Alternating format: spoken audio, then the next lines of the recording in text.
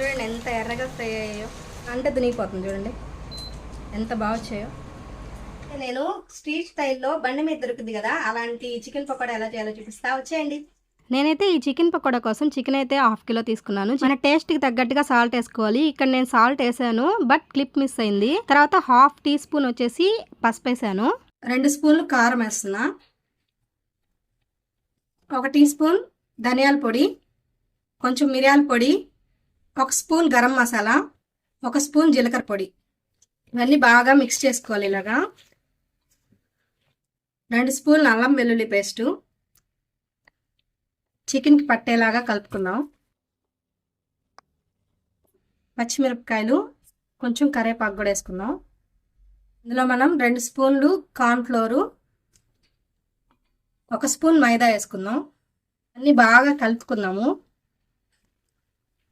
ఇందులోనే 2 స్పూన్లు ఆయిల్ కూడా వేసుకుందాము. ఇందులో లాస్ట్గా ఒక గుడ్డు కొట్టేసుకుందాము.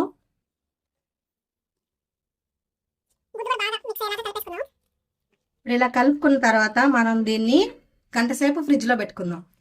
ఇదిగోండి గంట సేపు మ్యారినేట్ చేసిన చికెన్ అనమాట. ఇది ఫ్రిడ్జ్లో పెట్టుకొని ఇప్పుడే బయటికి తీసాను. చికెన్ వేసుకున్నాము. కొంచెం బాండీలో ఆయిల్ వేసుకొని కొద్దిగా వేసుకున్నాం.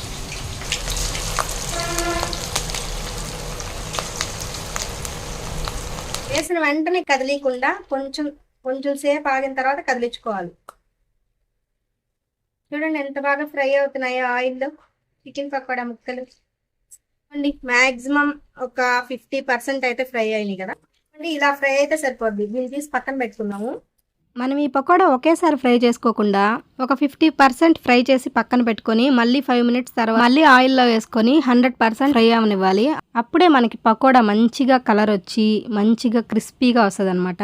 వేసినట్టే మళ్ళీ ఇంకో వాయి వేసుకుందాం. ఇలాగా నూనె బాగా హీట్ మీదే ఉండాలి. ఫ్రై అయితే సరిపోద్ది. ఇప్పుడు మనం దీన్ని తీసి పక్కన పెట్టుకున్నాము.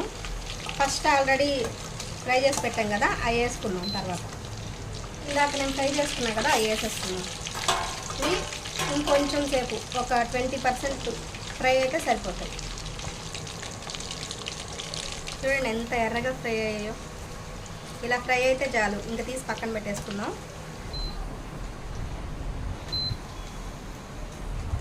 చికెన్ పకోడా అయితే రెడీ అయిపోయింది.